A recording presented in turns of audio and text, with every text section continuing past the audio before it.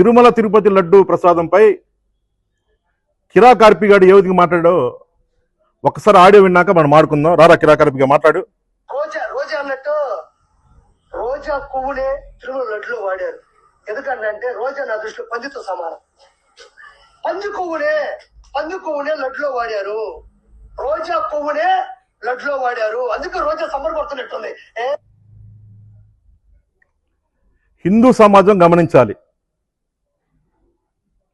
తిరుమల తిరుపతి లడ్డీలో ఎటువంటి కల్తీ జరగలేదు. షిట్ ఆధారంగా సుప్రీంకోర్టు తీర్పిచ్చింది తిరుమల తిరుపతి లడ్డులో ఎటువంటి కల్తీ జరగలేదని. ఈరోజు కిరా కార్పిగాడు ఏ విధంగా మాట విన్నారుగా, తిరుమల తిరుపతి లడ్డూలో ప్రసాదంలో పంది కొవ్వు కలిసిందని చెప్పేసి వాడు మాట్లాడుతూ ఉన్నాడు. ఒక క్రైస్తవుడుగా నేను చెబుతా ఉన్నా, హిందువులు అడుగుతా ఉన్నా, హిందూ సమాజమా మీ మనోభావాలు దెబ్బతిన లేదా? మీరు ఆలోచన ఒకసారి.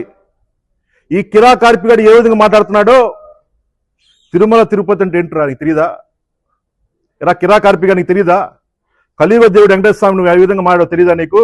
నేను సందర్భంగా కూటమి పిలుపుతో అడుగుతా ఉన్నా, మీ ఏం చిన్న మాట మాట్లాడినా సరే మనోభావాలు దెబ్బతినట్టు అరెస్ట్ జైలు పంపిస్తా ఉన్నారు. ఈ రోజు కిరా కార్పిగాడి మాటలో హిందువుల మనోభావాలు దెబ్బతినలేదా? వాళ్ళని అరెస్ట్ జైలు పంపించలేదా? కిరా కార్పి ఒకటే చెబుతా ఉన్నావు, నువ్వు రోజాగా ఏ విధంగా మాట్లాడావో, వైఎస్ఆర్సీపీ నాయకుల్ని జగన్మోహన్ రెడ్డి ఇష్టానుసారం మారుతా ఉన్నావు.